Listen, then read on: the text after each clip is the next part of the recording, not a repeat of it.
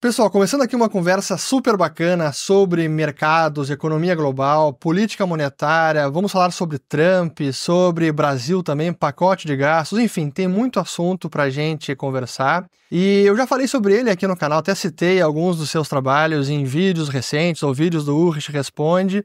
Então, sem mais delongas, seja muito bem-vindo, Igor Mundstock. Tudo bom, Igor? Obrigado, tudo ótimo. Agradeço o convite da Liberta, do Fernando, para vir aqui falar um pouco sobre economia com vocês. Excelente. Então, até para quem não conhece o Igor ainda, acho que vale a pena a gente contar um pouco da tua trajetória. Já te acompanho há algum tempo, a gente vem conversando, mas é a primeira vez aqui no canal. A gente tem muitos assuntos em comum, interesses em comum, até acho que os nossos canais, as nossas análises são bem complementares. E é sempre bom falar com alguém que também é um macro aficionado, né? Mas conta um pouquinho da tua trajetória. Até eu chegar nesse ponto de falar de macro, eu comecei a investir na bolsa em 2013, fui influenciado por alguém que foi meu mentor lá por 2013, sempre muito importante para as pessoas terem um mentor. A gente acaba sendo mentores sem saber de muitas pessoas ao redor do mundo, mas foi uma pessoa muito próxima de mim que me estimulou a aprender sobre investimentos, a cuidar dos ativos, cuidar para não ter tantos passivos, enfim, comecei a investir logo em 2013, num mercado que eu não conhecia, mercado brasileiro, não sei o que está acontecendo, ciclos econômicos, indicadores, política, olhava ali para uns ativos, comprava, vendia, e com o tempo eu fui me descobrindo. E já estava formado nessa época? Não tinha nem entrado na faculdade. Entrei na faculdade em 2014, até 2018 para 2019. Daí me formei anos depois, né? Já entendi um pouco mais sobre mercados, mas nós nunca entendemos absolutamente tudo sobre o mercado. Sempre aprendendo. Parece que quanto mais tempo passa, menos a gente sabe, mas é mentira, mais a gente sabe. A gente fica mais humilde com o passar do tempo. Pode ser, é isso aí. Então, em 2018 para 2019 eu me formei, já investia há mais tempo, então, tinha mais experiência, mas assim, entender de macro foi a partir de 2019, 2020 foi uma aula que nós vivemos no Covid, né? Foi um fenômeno horroroso, mas para quem gosta de macro, acelerou o aprendizado. Nós vimos coisas incríveis acontecendo com a economia global. A reação dos mercados, das economias, a política fiscal, monetária foi impressionante. E de lá para cá, eu sempre repito nos vídeos do YouTube, estamos vivendo história. Eu achei que seria só 2020, mas é 21, é 22, é 23, é 24 e aparentemente 2025 vai ser um ano de história também. E com o tempo eu fui melhorando o meu entendimento sobre macro, fui percebendo a influência que tem uma palavra do Jerome Powell no mercado global. A eleição dos Estados Unidos, a relevância disso para todos os ativos. Nós vamos falar sobre esse assunto em breve. Enfim, então eu tenho aí 11 anos de mercado financeiro, dos quais não são 11 dominando o que acontece nos ativos. E os últimos 4, 5 anos foram bem mais profissionais, né, entendendo de fato os movimentos no intraday, o que os mercados estão querendo nos dizer. E hoje eu sou consultor de investimentos, sou formado em economia. E sou parceiro aqui da Liberta, né? Boa, muito bem, exatamente. E até aproveitando, primeiro, bem-vindo, pra gente é uma honra contar contigo agora também nessa jornada. E o canal começou quando? O canal começou em 2021, canal do YouTube em 21.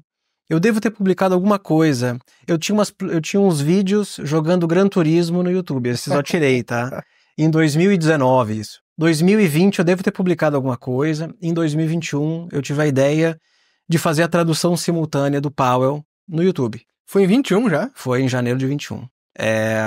A ideia era juntar um assunto que eu adoro, que é política monetária, e um assunto que é muito relevante para os mercados, que é a decisão de taxa de juros dos Estados Unidos, mas que em 21 não era importante. Porque juros zero, imprimindo moeda, governos estimulando com a política fiscal, ninguém ligava porque o Fed fazia. Até porque ele, eu gosto de dizer que enganou, mas iludiu o mercado de que só subiriam a taxa de juro em 2024 porque a inflação era transitória.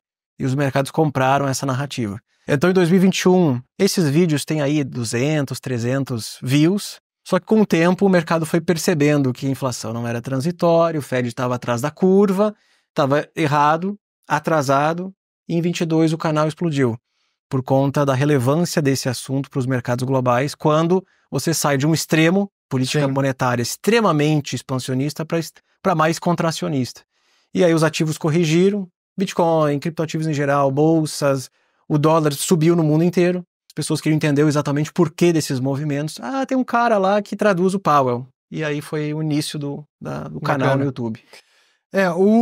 Essa questão do o que eles falam, as palavras, onde colocam a vírgula, qual é a expressão, o termo, o semblante, a linguagem corporal. É impressionante como tudo é interpretado para entender o rumo da taxa de juros, como isso vai impactar os mercados. E é curioso como eles também sabem disso. Sim. Os próprios banqueiros centrais. Não sei se você já leu alguma transcrição das reuniões do Comitê de Política Monetária. Não é a ata, nem a declaração, nem o comunicado.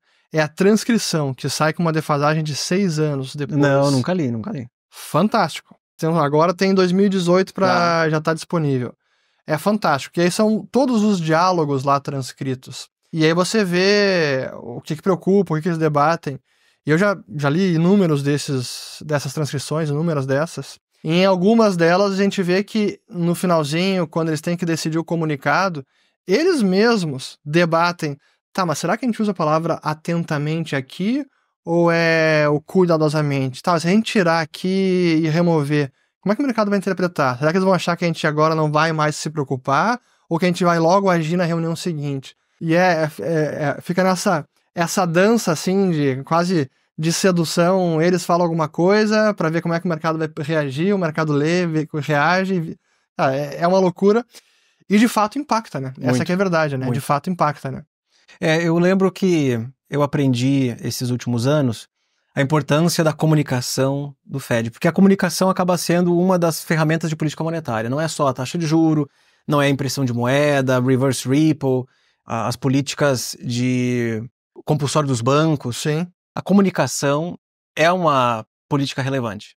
Então, o detalhe, né, nesse statement deles pode produzir grandes movimentos no mercado. O taper tantrum aconteceu em 2013. Lembra quando o Bernanke mudou? Claro, sim. 13, sim. né? Eu sempre esqueço se é 13 ou 15. Isso foi para traduzir pro pessoal, o taper tantrum era o chilique do aperto monetário, que ameaçaram lá em 2013, quando os juros estavam em zero, e o mercado ficou ali temeroso com o que poderia acontecer em termos de taxa de juros. Foi uma mudança muito repentina na comunicação. E eles perceberam que o importante para o Fed é ser muito transparente com o mercado, só que às vezes eles erram sendo muito transparente, demais. Que é um problema. Que foi o que aconteceu em 2021. E que é um problema, na minha visão, é um grande problema do atual Banco Central brasileiro. Em que sentido? Transparente demais. Muitas entrevistas, muitas declarações, que gera ruído. Entendo até que boa parte dessa alta de juros agora, para mim, foi um erro de comunicação que fez o mercado apostar numa alta de juros e o Bacen realizou a profecia que ele mesmo acabou colocando no mercado. Acho que tem um pouco disso também, de comunicação em excesso. O taper tantrum foi um exemplo muito específico de uma mudança repentina na comunicação, que os mercados foram de um lado para o outro. Tanto que existem estudos, isso é bem legal de estudar, artigos que mostram o impacto daquele dia ou aquela semana no mercado global. Sim. E o Brasil, na época, era considerado um Fragile Five, que são uma lista de 5 países emergentes que são muito frágeis. Os emergentes já são frágeis a efeitos externos. O Brasil estava considerado numa categoria de Fragile Five, os 5 mais frágeis, junto com Turquia e sei lá mais quem. E aquilo movimentou tanto dólar, juros, bolsa, que o taper tantrum até hoje é considerado um grande estresse no mercado. Então a comunicação deles é super relevante para qualquer ativo que a gente avalia no mercado. Pessoal, só um recado importante, porque todos esses assuntos afetam os seus investimentos, o seu patrimônio, e justamente sobre o assunto planejamento patrimonial, eu queria deixar para vocês o link aqui na descrição do vídeo para vocês receberem um material muito bacana sobre os princípios do patrimônio protegido. É um material publicado pela Liberta Wealth, então se você tem interesse nesse assunto, basta se cadastrar e receber esse material. Agora de volta para a conversa. Mas antes de voltarmos aí para o Fed, comunicação, eleição do Trump agora, porque realmente já gerou um alvoroço nos mercados, vamos falar um pouco sobre o Brasil, porque... Começar com o pior, então. E qual aspecto a gente começa também, porque tem isso, né? Antes dos mercados, que acho que entendo algo que está, assim, fazendo preço, a falta de credibilidade, a expectativa, a necessidade de um controle de gastos, esse agora é o pacote de gastos para o arcabouço, e que ainda não foi divulgado, e enfim.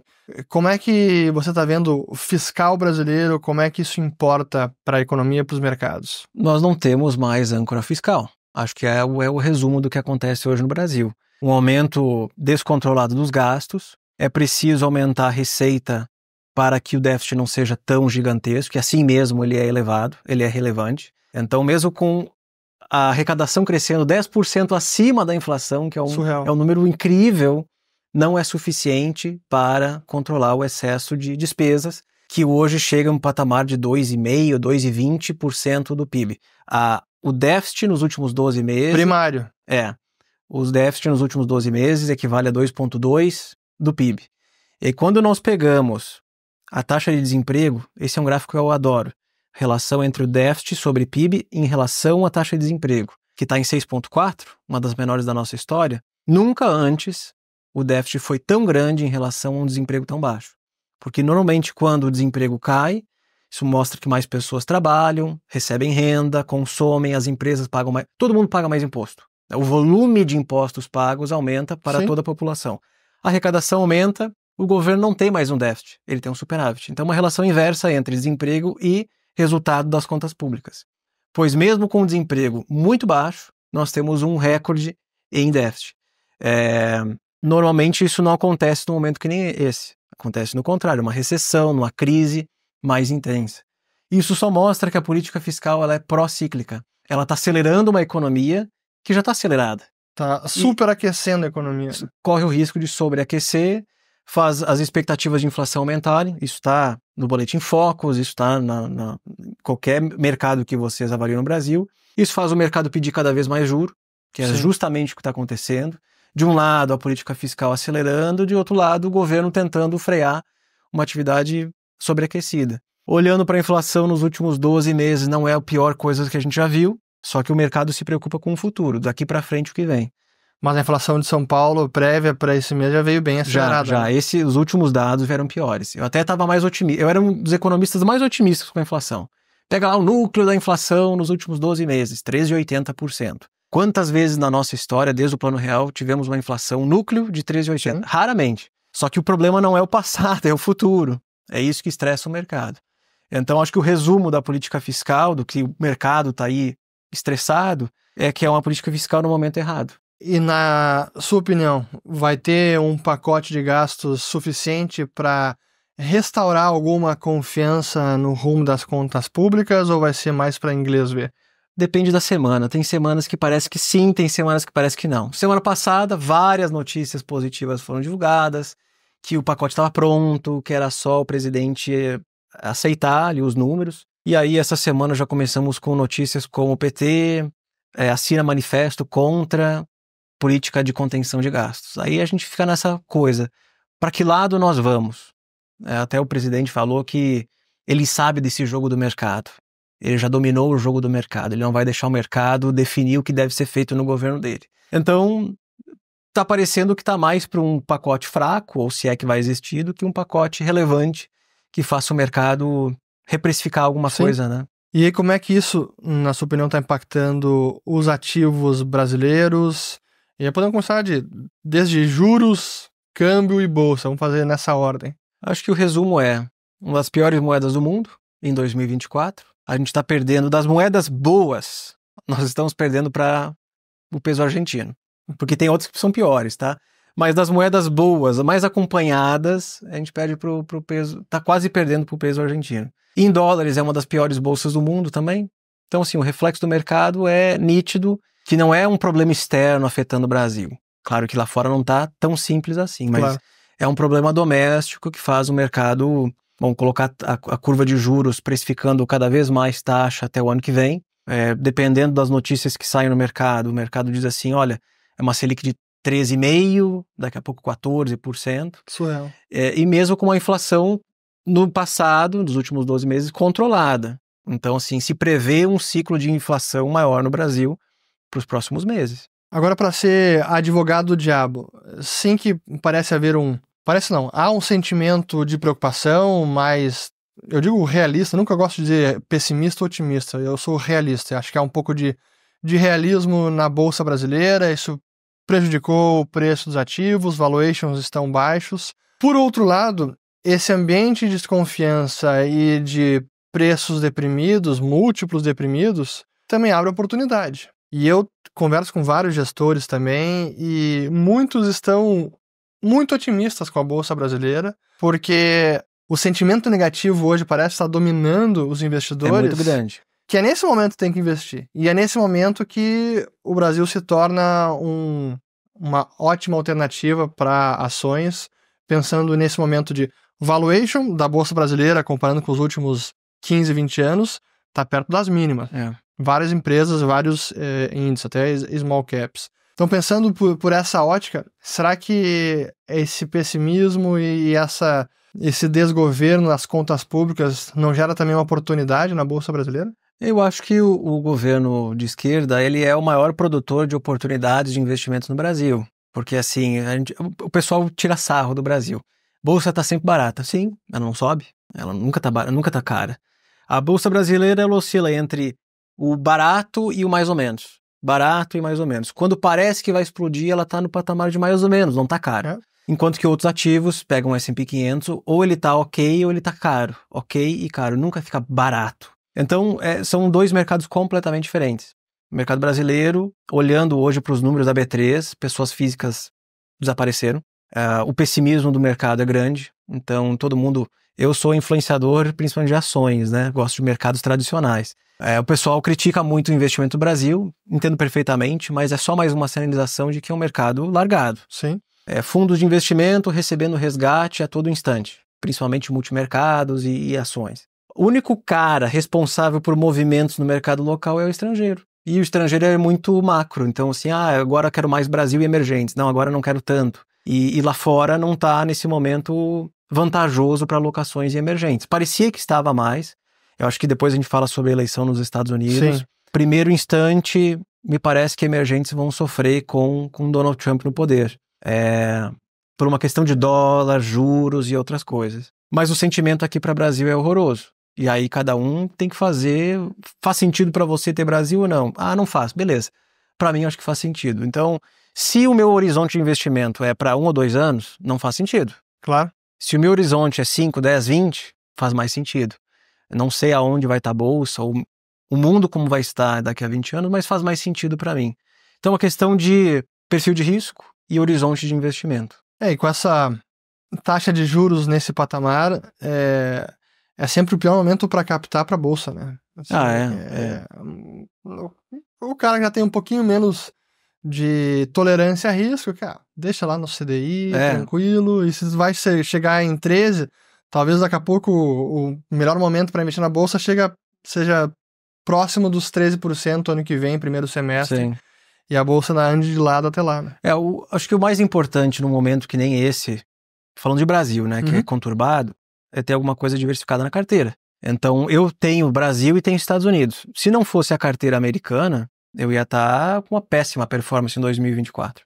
Então, lá fora, tem alocação em dólar, o dólar se valorizou contra o real brasileiro. Você tem um ganho ali, que gera rentabilidade. Alocações lá fora, que ganharam dinheiro, isso puxa um pouquinho para cima a rentabilidade da carteira. Vai depender do mix que você tem, né? Tem NVIDIA? Não tenho NVIDIA. Eu sou um péssimo investidor. Nunca coloquei nada em NVIDIA. Eu sou um péssimo investidor de empresas de tecnologia. Porque no mercado brasileiro, com os livros que eu li há não sei quantos anos atrás, eu gosto desses mercados largados, pessimistas, ações de valor, né, não de crescimento. Então, eu acabo sendo um investidor que gosta de commodities, empresas de valor, empresas mais... Old economy.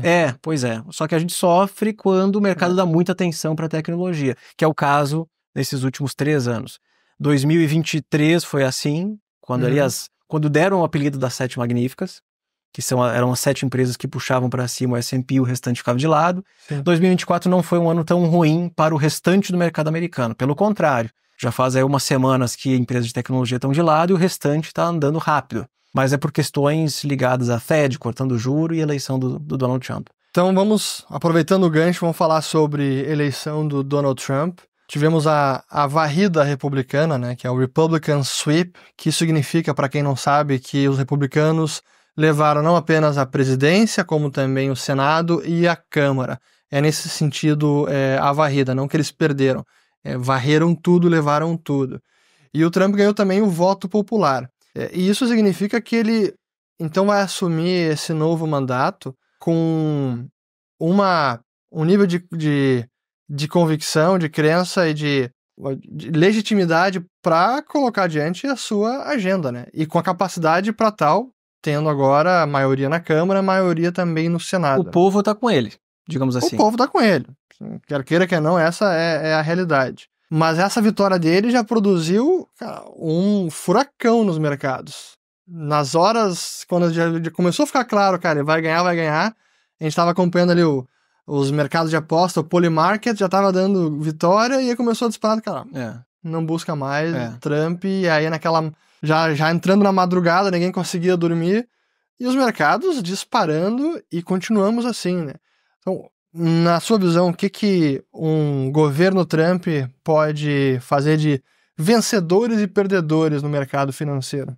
Num primeiro momento, estava um pouco mais fácil de entender. Era mercado americano para cima. Para mim, os grandes dois vencedores do mercado para esse fim de ano era Russell, que é um índice de ações nos Estados Unidos, tipo S&P, era Russell e Bitcoin. E eram os dois sinalizadores de que a vantagem dele estava aumentando. De fato, é o que aconteceu. Então, primeiro impacto no mercado foi mercado americano para cima, criptoativos em geral para cima, um dólar forte, os juros americanos em alta, 10, 20, 30 Sim. anos, tá?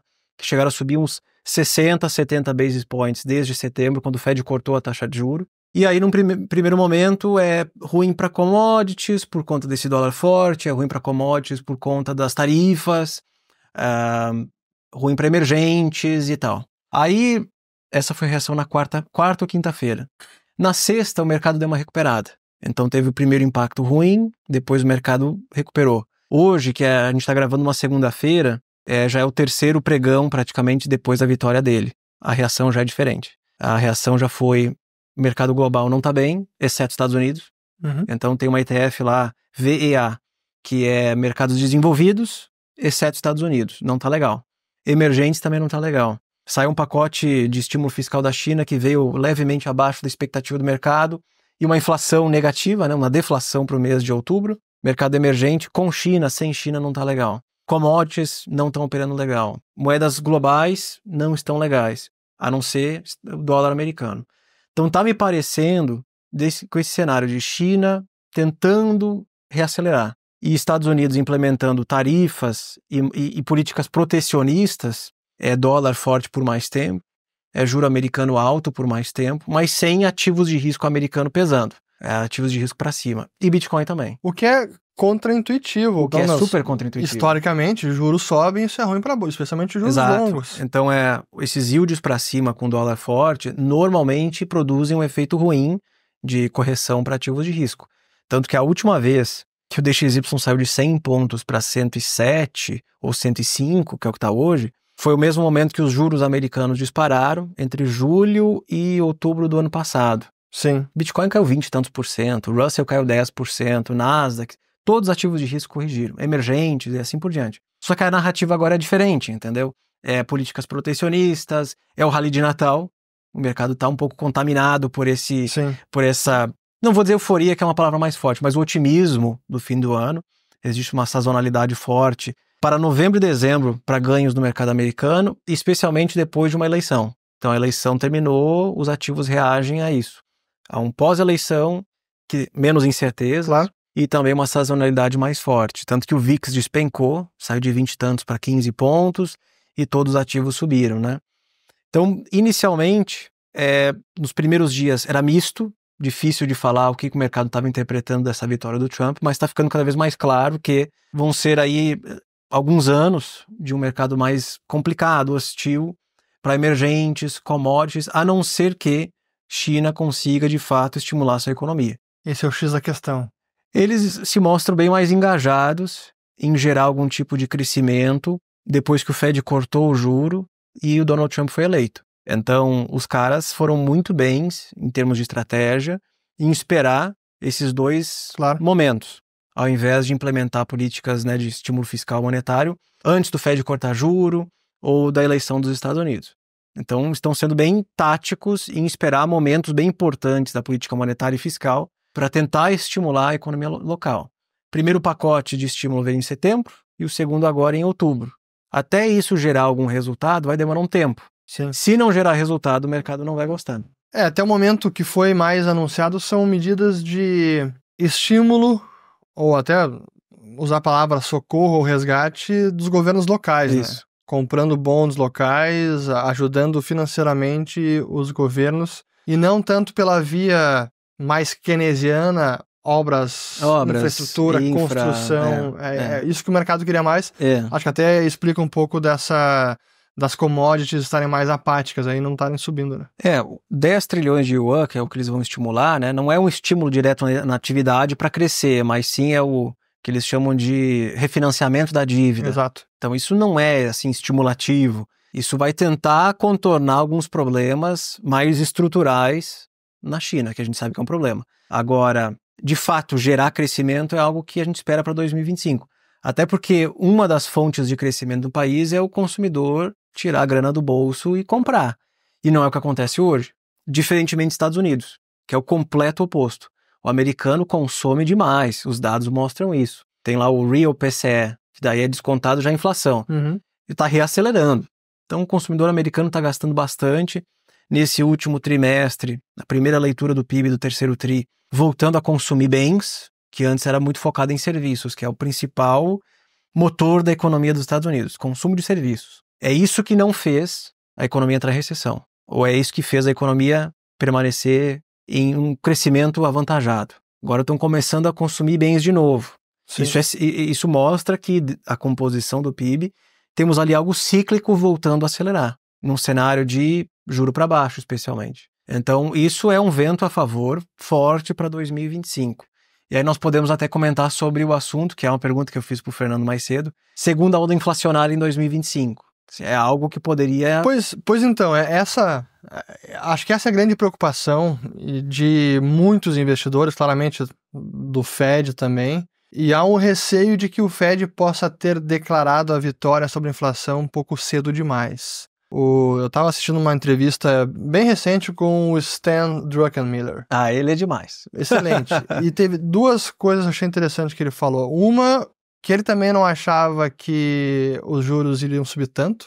Ele apostou na alta de juros lá quando começou o ciclo de aperto, ficou claro que a inflação não era transitória. Sim. Ele apostou, ganhou dinheiro na alta, mas ele não imaginou que ia até 5,5. Ali que deixou o dinheiro na mesa, ele admite esse erro. E o outro é que ele acha agora que a inflação ela ainda pode retomar. E ele relembra o caso dos anos 70, quando teve a primeira onda inflacionária que chegou a 8%, a Fed também subiu os juros, isso na primeira metade da década de 70, a inflação voltou a cair até para 3%, e aí veio a segunda onda inflacionária. E por que eu acho que esse risco é real? Porque da mesma forma que aqui no Brasil a gente tem um impulso fiscal muito grande, sendo que a economia não está em recessão, lá também tem. Lá é idêntico. É brutal, assim, o déficit fiscal que vai chegar já está em 2 trilhões de dólares, sem perspectiva de diminuir, e com uma possibilidade do Trump entrar agora e também aumentar esse déficit. Mas vamos dizer, é corte de imposto, é bom para a economia, a atividade econômica vai bombar. É possível, acho que a premissa, a hipótese é válida e pode acontecer. Mas já estamos com 2 tri de déficit. Que seja neutro o impacto do Trump com os seus estímulos fiscais, corte de imposto. Ainda assim é um déficit enorme. Então há uma possibilidade que a economia está sendo reflacionada, dinheiro começa a subir, os agregados monetários, broad money, dinheiro amplo, está subindo, não como foi na pandemia, mas está subindo. Reacelerando, né? Reacelerando. Então, acho que essa possibilidade, ela é real. E aí, o que o Fed faz? Sobe juros, subiu. Será que ele cortou rápido demais, antes da hora? Então, a minha opinião sobre isso é a seguinte. Essa entrevista recente do Stanley Druckenmiller, assim que o Fed cortou 50 basis points a taxa de juros, ele entrou short em treasuries, né? O Fed cortou já muito rápido e muito cedo. Quer dizer, cedo não, mas rápido. Porque... Foi um corte de 50 logo na largada. Né? E que ficou meio... Não foi muito bem explicado. Teve uma dissidência. A Michelle Bowman, que na última agora ela concordou, mas nessa decisão teve uma dissidência. Não ficou bem explicado o porquê dos 50 logo de cara, porque uma coisa que eu sempre cito quando a gente fala sobre esse assunto é, lá em 2021, quando eles perceberam que estavam errados em relação à inflação transitória, isso foi de outubro para novembro, tá? Novembro, dezembro, janeiro, fevereiro, março. 5 meses depois, eles subiram a taxa de juros. Do momento que descobriram que estavam errados, demorou 5 meses para parar de imprimir dinheiro. Exato, seguiam comprando ativos. E começarem a introjetar no mercado o forward guidance de que a comunicação de que vamos subir a taxa de juros. Então, um dos grandes erros de 2021 não foi apenas dizer a inflação é transitória, mas até perceberem que estavam equivocados, 5 meses para elevar a taxa de juros. E quando elevaram, foi 25 meses. Agora, na hora de cortar, começa com 50. Opa, como assim? Por quê? Tanto que o mercado nem acreditava em 50 dias antes da decisão. Eles vazaram lá no The Wall Street Journal. O Nick Timiraos. Eu sempre dizem que ele é o... É o whisperer, né? É o sussurrador do Fed. E foi. O vazador. E foi, porque ele vazou dias antes que seria 50, enfim. E agora, antes da última decisão, vazou que seria 25, tá? Na hora de subir, foram devagar. Na hora de cortar, rápido. Me parece que o Fed, ele quer, o Powell talvez, não sei, ele quer se certificar de que sim, conseguimos o tão raro soft landing, porque essa é a minha perspectiva. É claro que a economia americana não desacelerou o suficiente, a economia brasileira também, o mundo inteiro não desacelerou tanto quanto se imaginava em 2022, quando começaram a subir taxa de juros. Porque além de bancos centrais desenvolvidos subirem o juro, eles subiram mais do que se imaginava e juntos. Pô, não tem como ser um cara otimista num cenário que nem esse. Mas as economias surpreenderam. O que explica a exuberância da economia americana. Não vou dizer global, porque nem todo país está tão bem assim, mas a exuberância dos Estados Unidos. Porque é uma economia que não desacelerou tanto quanto a gente imaginava. O Fed está cortando a taxa de juros, a política fiscal é expansionista pra caramba. Eventualmente podemos ter uma economia crescendo até mais em 2025. E quem sabe inflacionária. Aquele dado que eu citei mais cedo, a relação entre a dívida, o déficit do PIB e a taxa de desemprego, para os Estados Unidos é a mesma coisa do que o Brasil. É um recorde histórico, é o maior déficit da história para a menor taxa de desemprego num período sem crise e sem guerra. Então, entre aspas. Entre aspas. Sim, não é uma guerra mundial ainda que os Estados Unidos esteja completamente envolvidos. Pega o gráfico, Brasil e Estados Unidos é idêntico, é no mesmo ponto. É totalmente fora da correlação histórica. Estão acelerando uma economia que já está forte. Então isso ajuda a explicar por que não desacelerou tanto, mesmo com o juro elevado. E o Fed está ali cortando. E segundo a última fala do Powell, semana passada, a última decisão deles, eles cortarão o juro até o patamar neutro, que a gente não sabe, ninguém sabe qual é. Se por acaso eles errarem esse patamar neutro, que eu acho que está mais entre 3,5 e 4, eles acreditam que deva estar mais próximo de 2,75 e 13,25, alguma coisa assim. Se eles errarem e exagerarem no tamanho dos cortes, podemos ter um cenário parecido com o Brasil, que cortou e depois tem que subir de novo. Não por conta tanto da política fiscal, mas essa junção de fatores. Uma economia que não desacelerou o suficiente, reacelera lá na frente e temos uma reflação. Acho que tem muito resquício ainda das medidas extraordinárias do Fed, do Tesouro Americano. Quando a gente relembra, né, coloca em perspectiva tudo que foi feito e a quantidade dos estímulos, trilhões de dólares, não dá para imaginar que todo esse dinheiro que foi criado e que acabou no bolso do consumidor americano, todos os efeitos dessa medida extraordinária gerariam resultados em 2, 3 anos e pronto. E eu acho que a gente ainda está vivendo os efeitos dessas políticas. E por isso que é um momento macro também incerto, complexo, e eu concordo contigo, a gente está vendo a história, acho que os últimos 15 anos foi história atrás de história. 2008, aí quantitative easing nos Estados Unidos, na Europa, aí quando a gente achou que aquilo já era um absurdo em termos de quantidade de dinheiro que os caras criaram, veio a pandemia, eles ficou para trás uma fração do que foi na pandemia. E eu entendo que é precipitado já cravar que todos os efeitos dessa criação gigantesca de dinheiro já se manifestaram na economia e não tem nada mais. E por isso é tão difícil a gente também fazer previsões, por isso os indicadores que a gente tanto acompanha E um que o pessoal adora acompanhar, eu inclusive, a inversão da curva de juros. Sim. Cara, o que aconteceu com a curva de juros no momento já é histórico. Sim. A curva de juros nunca ficou tanto tempo invertida sem uma recessão. Agora está no ponto de desinversão. Sim. Ela está voltando à sua inclinação natural, juros longos mais altos que juros curtos. Já desinverteu 10 anos menos 2 anos, já desinverteu 10 anos menos 1 ano, mas voltou a ficar negativo de ontem para hoje. 10 anos menos 3 meses, está quase. Tá quase. Mas tá indo nessa direção. Sim. 30 anos com 3 meses já desinverteu. E esse normalmente é um sinal de timing do início da recessão. Sim. Mas não parece que está chegando a recessão. Tem vários outros dados, até assim, quem vai para os Estados Unidos vê um pouco da economia, ainda parece que dá sinais de que não tem recessão. E acho que é uma evidência, assim, desse cenário mais complexo que essas medidas todas extraordinárias acabaram produzindo. Eu acho que sim, tá? Porque não é só a dívida. Os governos globais estão mais endividados. O que é a dívida? É antecipar uma receita futura. Nós não temos dinheiro hoje, mas nós vamos gastar dinheiro que nós não temos, que vocês vão pagar lá na frente, em forma de arrecadação. Então existe aí uma emissão de títulos, que é dinheiro que vai para o mundo, impressão de moeda, que foi tanto para o bolso dos consumidores quanto para o patrimônio das pessoas. Isso. Tanto que a valorização do Bitcoin, que foi um ativo criado naquele ambiente recessivo lá de 2008, 9, 10, 11, é um ativo que vai defender contra a desvalorização das moedas. Então, de 2020 para agora, aquele indicador de valor patrimonial total dos americanos, quanto de dinheiro valem todos os ativos dos americanos? Saiu de 100 trilhões para 150 trilhões. Cara, é 50% em 4, 5 anos. As pessoas estão 50%.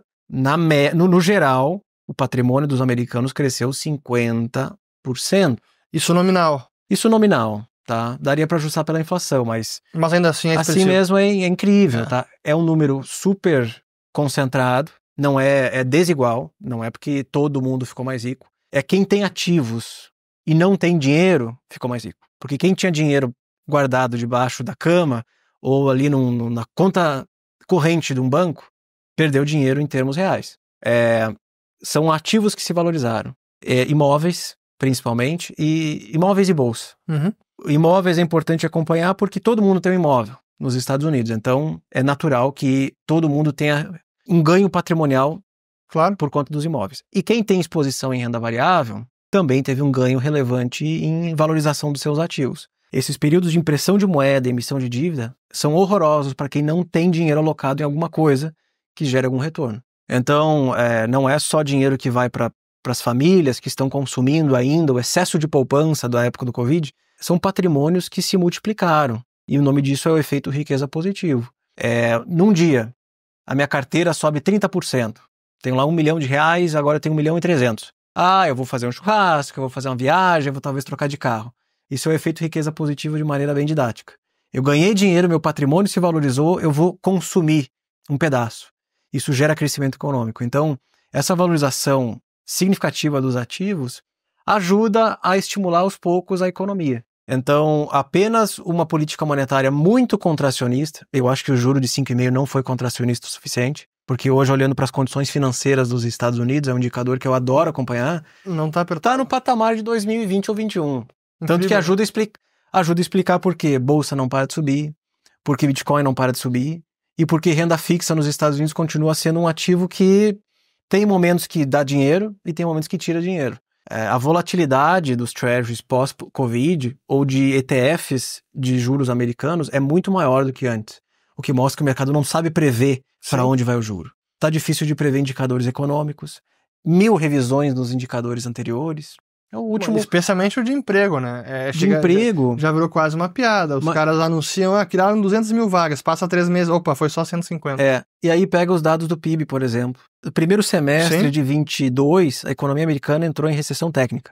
Não mais. Depois a revisão sumiu. Não tem mais recessão técnica. O segundo tri foi revisado para cima e agora é positivo. Então tem dados desde 2020, 21, 22 que foram revisados, enfim... fica muito difícil de prever ou de avaliar os indicadores americanos. Tem muita volatilidade macroeconômica. Mas do jeito como eles estão sendo revisados, mostra-se que a economia é mais resiliente do que se imaginava Recentemente, o mercado de trabalho é um pouco mais fraco, menos contratações, tá? E por isso o Fed já está cortando o juro. É uma inflação que está voltando para a meta, com um mercado de trabalho um pouco mais frágil. Eu vejo um pouco isso na ótica tentando entender, explicar a redução de juros do Fed. Mercado de trabalho, indicadores antecedentes fraquejando, não está mais sobreaquecido como estava, com contratações nas alturas.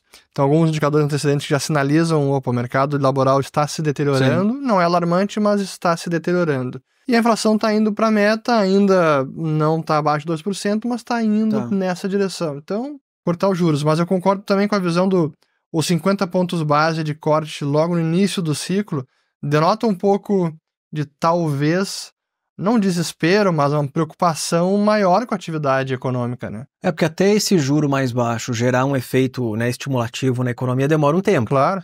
Então começaram logo com 50, depois 25, então já foram 75 bases de corte. Até isso gerar um estímulo, vai demorar alguns meses, vai ser só lá no ano que vem. Especialmente quando o assunto é mercado de trabalho. Porque quando o juro começa a cair, o primeiro a sentir os benefícios disso é o mercado imobiliário. Tanto que os indicadores mais recentes de mortgage applications, pessoas pedindo para refinanciar ou financiar o seu imóvel, estava disparando. O setor imobiliário do S&P 500 estava disparando. Os REITs estavam disparando. Eu tinha uma alocação em REITs porque eu já peguei esse ciclo em 2022 para 2023 no Brasil. O Copom vai cortar juro, compra ativos ligados ao setor imobiliário. Mesma coisa eu fiz lá fora. O Fed nem tinha cortado ainda. O juro de 30 anos caiu. O custo das hipotecas, a taxa das hipotecas saiu de 8 para 6 e tanto. O mercado imobiliário já veio raspando para cima.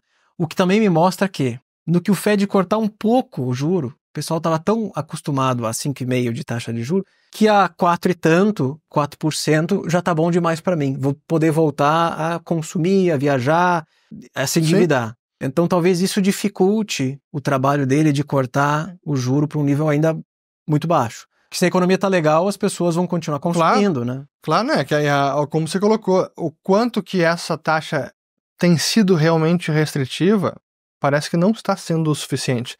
Está mais alta do que foi do que vigorou nesses 15 anos. Mas se olharmos um pouco mais para trás, anos 90, 80, 70, não está tão alta, não. Mas aí, esse assunto já foi questionado ao Powell várias vezes nas reuniões dos últimos anos. Os jornalistas falavam assim, vocês estão subindo a taxa de juro, 5, 5,25, 5,50, mas as condições financeiras estão indo para o lado oposto. Na teoria monetária, o juro sobe, as condições financeiras apertam, bolsa cai, a moeda local se valoriza, gera uma série de efeitos. E aí isso gera o que eles chamam de efeito riqueza negativo, as pessoas perdem dinheiro, isso desincentiva consumo e assim por diante. Não é o que acontece. E mesmo assim a inflação voltou para a meta. Claro que com uma grande distância entre a inflação de serviços e de bens. Eu gosto de analisar no detalhe esses dados. Inflação de bens dos Estados Unidos hoje é negativa, olhando para a CPI, é a mais deflacionária desde 2003 ou 2004, enquanto que a inflação de serviços continua muito alta. Só que daí no meio do caminho está lá o CPI e o Core CPI. Próximo de 2. Aquela história, o cara tá com a mão no fogão e outra na geladeira, na média tá na média tá tranquilo, não tá queimando e não tá congelando a mão. É uma inflação de serviços ainda muito alta e uma inflação de bens negativa. Aí o CPI está ali na casa de 2%. Qual é o grande risco para mim para 2025? Qualquer pressãozinha que faça a inflação de bens subir, que é o que aconteceu nesses últimos meses no Brasil, o IPCA está aumentando, no caso o CPI nos Estados Unidos. Sim. Porque a inflação de serviços está muito mais atrelada à resiliência da atividade, ou à força da economia. Uma economia muito forte, inflação de serviços mais elevada. E ela continua, aí dá match em tudo. Inflação de serviços alta com uma atividade resiliente. Se não desacelerarem o suficiente a economia dos Estados Unidos, lá na frente você pode ter uma reaceleração da inflação de serviços e que algum fenômeno, tipo uma tarifa, que faça a inflação de bens aumentar, tá receita para a reaceleração, uma reflação norte-americana. Parece ser uma questão de tempo. Assim, muita coisa pode acontecer. Estou só desenhando aqui alguns fatores que são mais plausíveis. Claro. Né? É uma pressão inflacionária. Mas nesse cenário, até para a gente já encaminhar aqui para os últimos minutos, o que o investidor deve fazer? Como é que você pensa? Cara, tem tanta incerteza, tem esses riscos, tem isso que pode acontecer. Nem falamos aqui da geopolítica, que é outro problema, é o imponderável que pode mandar tudo pelos ares ou pode acalmar, mas enfim. Ainda assim, o investidor tem que tomar alguma decisão. Onde é que eu coloco meu dinheiro? Como é que eu separo? Tiro tudo do Brasil? Deixo metade aqui? Como é que você pensa, assim, alocação de portfólio? Bom, olhando para o que eu comentei mais cedo sobre a exuberância da economia americana e a exuberância do mercado americano, porque hoje não tem mercado que melhor performou nos últimos 12, 24 meses do que o mercado americano. Em dólares, foi o mercado americano. Se olhar mais para trás também, nos últimos 15 anos, talvez? Só que ultimamente tem sido mais agressivo, na minha opinião. Olhando para alguns indicadores de valuation do S&P, o principal que eu mais olho é o Cap Ratio, que é o PL ajustado pela inflação, né? Ele está num dos maiores níveis desde o fim de 21, que foi o auge de um período bem especulativo, e daqui a pouco batendo os níveis de 2000. Outro indicador que chama atenção, assim, da exuberância do mercado americano é o percentual de alocação das famílias em ações. Então, dos ativos das famílias americanas, quanto que está em ações? E aí, se você faz uma análise bem básica, histórica, de qual foi a taxa de retorno do S&P quando a alocação era muito alta, ou seja, está todo mundo comprado, ou quando era muito baixo, os melhores momentos para comprar é quando ninguém estava comprado em bolsa. E como a gente sabe, pessoas físicas perdem dinheiro no longo prazo. Elas compram topo e vendem fundo. Isso me deixa um pouco mais receoso, tá? Mas enquanto sobe, eu brinco com os membros lá no YouTube, enquanto a música toca, a gente dança. Então, enquanto está subindo, aproveita, certo? Me parece que depois dessa eleição do Trump, ficou muito, muito nítido que enquanto a economia americana continuar exuberante, o mercado continua exuberante. E o restante vai ter um pouco de dificuldade de performar, até o momento que vira o ciclo. E está me parecendo que estamos mais próximos do fim desse ciclo do que do início. Acho que o grande início foi no Covid, daria para puxar lá 2008, tá? Como sendo o grande ciclo de valorização dos ativos americanos. O Covid foi um soluço, aí tivemos a inflação. O Covid ali esculhambou as coisas, alguns ativos performaram muito bem, outros não. Algumas economias nós descobrimos que tinham uma grande bolha imobiliária, como no caso da China, enfim. Me parece que enquanto a economia americana continuar exuberante, o mercado é exuberante. É dólar forte por mais tempo. Tanto se fala no fim do dólar, mas assim, DXY, olhando para DXY, a 104, 105, acima de 100 pontos, é dólar forte no mundo. É que aquela questão, né? O dólar é a camiseta menos suja, né? No campeonato de feiura é o menos feio. Talvez seja o fim do dólar, mas antes dele as demais vão acabar. Então, assim, tem um grande período de exuberância antes desse fim. É um grande ciclo de todo mundo quer estar comprado em dólar. Esquece real, não quero comprar real, não quero comprar peso argentino, mexicano, quero dólar. Toda vez, todo mundo quer só dólar, né? Mas assim, não é a única moeda que tem no mundo. E ela não vai se manter forte para sempre. Aí quero comprar S&P, beleza, S&P 500 já não tá num patamar tão barato. 6 mil pontos. 6 mil pontos. Mas olhando ali para os indicadores de valuation, tá começando a ficar esticado. As pessoas físicas lá nos Estados Unidos compradas em bolsa. Mais ou menos 30% dos ativos. Sim. É 1/3 da grana em bolsa de valores. Alocação de estrangeiros em S&P também em nível recorde. Então tá todo mundo comprado no mesmo ativo. Enquanto sobe, todo mundo faz dinheiro. Só não faz dinheiro quem não está comprado ou quem aposta contra. Até que eventualmente o ciclo ele muda. Então eu não sei se estamos perto desse mudança de ciclo ou não. Mas que me parece sim. Mas cada vez fica mais preocupante, né? A gente até comentou mais cedo aqui, antes de começar a live, o vídeo, os spreads de crédito nos Estados Unidos. Os spreads de crédito medem a diferença entre o rendimento de títulos de renda fixa, privados e públicos.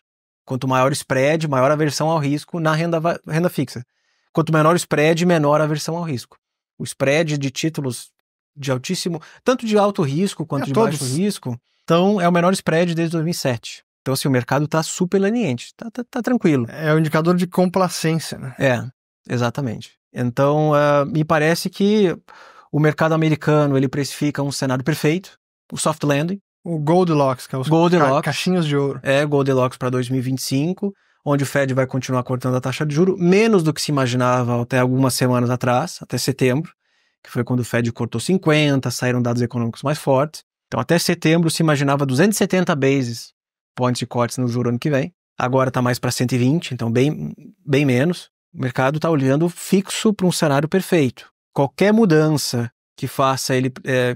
qualquer mudança que leve esse cenário para algo não perfeito já seria ruim. Se for pior ainda, é pior ainda para o mercado ativos de risco. Então, é aquela diferença entre expectativa e realidade. A expectativa é uma, A realidade nós vamos descobrir enquanto os meses forem passando. Então é um pouco disso. O que você não teria na carteira de jeito nenhum? Eu não consigo ter S&P.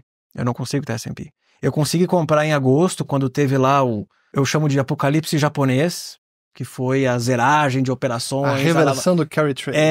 O carry trade, a alavancagem. Ali eu consegui comprar, porque para mim fazia sentido em várias óticas. Ali as big techs americanas tinham corrigido um monte, eu pensei, pronto. Não é agora que vão vender big techs e acabou esse setor, né? Todo mundo só fala nas big techs e as 7 magníficas, o pessoal vai recomprar. Então ali eu me senti mais confortável em comprar S&P. Mas tirando aquele momento mais técnico, assim, eu não consigo ter. Eu consigo ter Russell, que é mais arriscado que S&P 500, mas tem uma relação histórica entre Russell e S&P, ou S&P e Russell. Está super sobrevendido em relação a S&P. Então, isso me chama atenção. Eu acho que S&P, em termos gerais, eu não consigo ter. Uhum. Agora, na carteira, esse ano, várias vezes eu comprei setores. Então, eu comprei XLU, que é o setor de utilities do S&P 500. Eu tinha até, antes do Trump ser eleito, um REIT nos Estados Unidos, que é tipo um fundo imobiliário. O que eu tenho hoje? Eu tenho uma mineradora de cobre. É o old economy, como a gente comentou mais cedo. Gosto desses ativos mais, enfim, antigos, né? Ligados à economia mais real. E antes do Trump ser eleito, eu comprei TNA, que é um Russell 3 vezes alavancado. Esse foi legal. E uma ETF de... Isso foi uma atacada. Foi boa. Para mim, os 2 grandes vencedores dessa eleição tinha que ser Bitcoin e Russell. Em Bitcoin estava comprado ou não? Não, eu tenho Russell. Eu tenho Russell. Eu sou o cara das ações, eu adoro ações. Então o pessoal critica, nunca comprou Bitcoin, mas eu adoro ações. É o que eu entendo, é o mercado tradicional. Isso acho que é bacana de frisar, porque o pessoal às vezes acha que tem que estar em tudo que é oportunidade. O cara vê, eu quero surfar a Nvidia, eu quero surfar o Bitcoin, eu quero surfar o SP500, eu quero surfar o petróleo, eu quero surfar a Bolsa Brasileira. Cara, não dá. Você tem que primeiro se conhecer como investidor, saber qual é o seu perfil, a sua tolerância a risco, e investir naquilo que você também tem mais familiaridade ou tranquilidade. Entende, né? E o que você entende, não adianta. E vai ter oportunidade que você vai ter que deixar passar e pronto, e ficar tranquilo quanto a isso. Você não vai aproveitar tudo que é oportunidade de mercado, né? Então é uma questão de muito disso. Eu acho que o Buffett fala isso. Só invista naquilo que você entende, que você conhece. Então, quando hoje eu faço algum aporte na minha carteira, por incrível que pareça, é Brasil, que é o pior mercado de 2024. Mas por esse fato, é o mercado que eu mais encontro oportunidade. Coisas mais assim largadas, né? Então tem ações, pega ali Cosan, que é a maior posição no Brasil. Putz, é o menor preço desde o Covid, é a menor relação... É que preço é uma coisa muito relativa. É péssimo só olhar preço. É o menor preço em relação ao valor patrimonial desde 2015 ou 2016. Tem indicadores técnicos legais também, a distância entre o preço e a média de 200 semanas, que para mim é uma média de longuíssimo prazo. Maior distância desde 2015. 200 semanas. 200 semanas. Eu olho 200 dias, 50 dias também, mas para longo prazo eu gosto de 200 semanas. Por exemplo, cobre está negociando logo acima, hoje está um pouquinho abaixo da média de 200 semanas. 4 anos. Porque para mim o cobre é a commodity do crescimento global. Sim. Tá? O lítio é mais ligado com a transição energética, carros elétricos, enfim.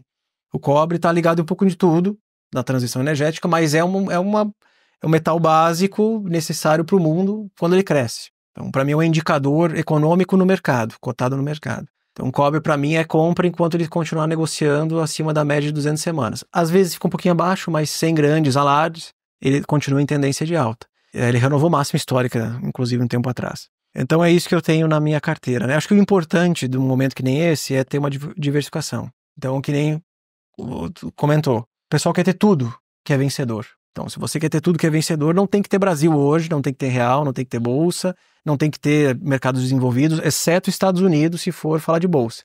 É dólar e S&P 500. Só que o mercado não sobe para sempre, na minha opinião. Quando a gente olha para frente, eu concordo que quanto mais o S&P 500 sobe, como tem subido nesses últimos dias especialmente, me parece a proximidade da exaustão desse ciclo está cada vez mais perto. Né? O que me faz pensar nisso, não é chegar a essa conclusão, mas pensar nessa hipótese é o que a gente comentou, né? Mercados em alta, Russell em alta, que é o índice mais especulativo no mercado americano, é a sinalização claríssima de que o grau de especulação do mercado está aumentando. Quando as porcarias sobem, é porque o mercado está emocionado. Tem as shitcoins e as shitstocks. Exato. É o Russell. Tem as meme stocks também, Sim. que voltaram a subir. Aquelas que explodiram no Covid, derreteram em 2022, estão voltando de novo agora. Então, é um mercado um pouco mais otimista. Os IPOs estão voltando nos Estados Unidos. Tem uma ETF chamada IPO, que mede um pouco da temperatura do mercado de IPOs. Então, IPOs em alta, meme stocks em alta, Russell em alta, que são as small caps de menor qualidade que existe. Isso não acontece num bear market. Isso acontece num bull market. Em que fase desse bull market nós estamos, eu não sei. Porque o Russell ficou praticamente 4 anos sem subir. Não, desculpa, 2 anos. 2 anos sem subir. Ele subiu de 2020 a 21, 2 anos. Caiu 22, 23 e depois no fim de 23, 1 ano atrás, voltou a subir. Então tá 1 ano subindo. Sim. Seria um bull market muito curto, então. Falando em duração Sim, claro. dessa valorização. Então teria mais gás, tem mais gás para ele subir. E faz total sentido isso acontecer agora, porque o Fed está cortando juro. Não é só um Trump trade, a alta do Russell. É um final de ano, especulação, um rally de Natal, Fed cortando juro, até o patamar neutro, que nós não sabemos qual será. Mas para ti é um trade de mais curto prazo. É trade. O prazo eu ainda não sei, mas é trade. Começou como trade e vai terminar como trade. Pior coisa que tem é começar como trade e terminar como investimento de longo prazo. Ou... É a piada aquela, o investimento a longo prazo é o trade que deu errado. Exato, é o que deu errado. E tem que sempre lembrar o porquê você começou o trade, né? Então aconteceu comigo nesse ano, ali por maio, eu acho. O petróleo começou a subir e tem uma relação entre XLE e S&P 500, que XLE é a ETF de energia do S&P, Sim. dividido pelo próprio S&P. Você mede a força relativa do setor sobre o índice. E aí XLE estava padrãozinho bonito, né, da análise técnica. Eu digo, galera, o XLE vai bater aqui e vai subir para lá, eu vou comprar então uma empresa ligada a petróleo. Foi perfeito. Só que aí começou a subir, eu digo, vou continuar aqui. Eu não vou vender. O trade foi perfeito, mas eu fiquei posicionado nele e voltou tudo. Então tem que sempre lembrar o porquê você começa um trade ou um investimento, claro. e quando você deve encerrá-lo, né? Excelente. Algum ponto mais que vale a pena a gente abordar que a gente não comentou ainda? Nós falamos um pouquinho sobre China, Brasil, Estados Unidos. A gente mencionou dos agregados monetários, né? Um pouquinho, mas quer adicionar algo? M2 voltando a crescer. Brasil ou lá fora? Aqui tá disparando, né? Sim. Eu postei no Twitter o M2 do Brasil, o pessoal do Bitcoin fez o post e explodi, porque o M2 do Brasil tá crescendo. Eu brinquei assim, é um pássaro, um avião, é o foguete do Elon Musk? É o M2 num gráfico incrível, simplesmente impressionante o que cresce, desde novembro de 22. A aprovação da PEC de transição, que aumentou consideravelmente as despesas do governo. É o déficit, hein? É o déficit. O M2 está expandindo muito rapidamente. Tanto que eu tenho acompanhado um pouco mais a relação entre IBOV e M2. IBOV dividido por M2 e S&P 500 dividido por M2 americano. Os dois andam muito juntos. Desde novembro de 22, eles pararam de andar juntos. Isso porque o nosso M2 está expandindo tão mais rápido que daí essa relação ela fica de lado. Então o Ibovespa ele até sobe, estava máxima histórica esses dias. Mas a relação não se mexe porque o M2 ele cresce num ritmo muito mais rápido. Esse para mim também é um indicador importante, antecedente de inflação. É um combustível inflacionário. A relação S&P, antes, para eu não esquecer, a relação entre S&P e M2 americano está muito próximo dos níveis de 2000. Passou 2021, tá cada vez mais próximo da máxima histórica, que foi de 2000. M2 do Brasil crescendo de maneira assustadora. Nos Estados Unidos só não está crescendo mais rápido porque o Fed ainda está reduzindo o balanço patrimonial. Que a conta essa que o Fed criou no Covid, eu fiz um vídeo sobre isso um tempo atrás. Pega o M1 e o M2 dos Estados Unidos. Deu o Covid, ali por abril, eles imprimiram 11, eu acho que foi esse valor, 11 trilhões. Apareceu... No total, começou ali em fevereiro, estava o balanço do Fed 4,2 trilhões. E aí, em maio, já tinha subido uns quase 3 trilhões. O pico do balanço total foi 9 trilhões. Tá. Eu não vou lembrar o valor exato, mas tem uma conta dentro do M1 dos Estados Unidos que foi criada no Covid. E lá dentro tem não sei quantos trilhões de dólares que apareceram da noite para o dia. E aí ele foi imprimindo dinheiro e comprando ativos no mercado, aquele componente do M1 foi crescendo, o M1 faz parte do M2, então por isso os dois subiram juntos. Com o Fed reduzindo o balanço patrimonial a partir de 22, aquela conta vai diminuindo, só que o ritmo é muito pequeno. Exato. Então isso ajudou o M2 a contrair. E outra coisa, que também nos mostra que a economia não entrou em recessão em 22 e 23, é que o patamar... Normalmente quando o M2 contrai, a economia não performa bem, né? O fato de ter performado bem é porque mesmo com o M2 em contração, tem tanta grana ainda disponível que não foi suficiente para a economia desacelerar. Exatamente. Então é muito dinheiro disponível. M2 contraiu, a economia continuou legal, a inflação voltou para a meta estamos voltando para a meta do Fed, e agora voltou a acelerar. Só não acelera mais porque o Fed ainda está reduzindo o seu balanço patrimonial. E aí só para a gente encerrar então, reverse repo. O reverse repo dos Estados Unidos é um dreno de excesso de liquidez. Perfeito. E esse dreno, ele nunca foi tão usado pelo mercado quanto em 2021, 22, 23, 24. Então, o máximo que esse reverse repo já atingiu foi em 2014. Que até para quem não sabe, o reverse repo são as compromissadas, é o equivalente às compromissadas aqui do Bacen. É uma forma do Fed enxugar o excesso de liquidez que chegou a mais de 2 trilhões de dólares. 2 trilhões e meio. O recorde era 2014, não chegou a 500 bi, agora foi 2 trilhões e meio. E aí, de 2023 até agora, o reverse repo está diminuindo. Então, o excesso de liquidez está desaparecendo. Isso está indo para algum lugar. Exato. Tem quem diz que está indo para o mercado, e por isso que as bolsas continuaram subindo, o Bitcoin continuou subindo. Não é bem assim. O reverse repo acaba servindo como um excesso de liquidez que ajudou o mercado a absorver o excesso de emissão de títulos do governo americano. Então, o governo americano tem um déficit gigantesco hoje. Para poder se financiar, emite títulos no mercado. Alguém tem que comprar esses títulos. O Fed não compra mais, porque ele não está imprimindo dinheiro. Alguém tem que comprar. Somos nós, ou investidores institucionais e bancos. Esse reverse repo está ajudando a absorver essa vasta emissão de títulos. E hoje o reverse repo está em 170 bi, 160 bi. Em 2025 vai acabar. O que acontece com os mercados depois que o reverse repo acabar? Não sei, porque isso nunca aconteceu. O máximo que ele bateu foi 450 bi antes do Covid e agora 2 trilhões e meio. O que vai acontecer depois é uma ótima pergunta. Saberemos ano que vem. Muito bom. Pô, excelente. Obrigado mais uma vez. Acho que é bacana conversar sobre esses assuntos que a gente tem tanto interesse aqui em comum. Certamente teremos mais oportunidades para falar sobre esses e mais assuntos de mercado, de economia, de investimentos. Mas eu queria lembrar vocês para compartilhar o vídeo, compartilhem essa conversa, ficou muito bacana.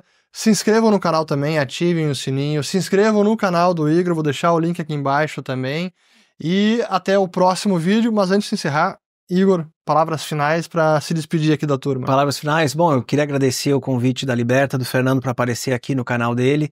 É uma honra participar de um canal que serve de inspiração para muita gente no Brasil. É o maior canal de economia do Brasil, né? Não sei se é o maior. Olha, talvez pela minha altura, 1,91. Não, mas eu acho que é. Porque muitas pessoas comparam o nosso conteúdo. Eu acho que os dois agregam muito em termos de economia, de mercados. E acho que o objetivo não só meu, como o seu também, é fazer justamente isso. Ensinar sobre assuntos que talvez só economistas sabem, ou até mesmo os economistas não aprenderam. Sobre mercado, sobre a economia, macro e afins. Então agradeço a oportunidade aqui. Espero que vocês tenham gostado. Pessoal, último recado antes de encerrar, relembrando o material sobre os princípios do patrimônio protegido, produzido pela Liberta Wealth. Basta cadastrar aqui no link na descrição do vídeo para receber esse documento super importante sobre planejamento patrimonial. E nos vemos na próxima. Valeu, obrigado.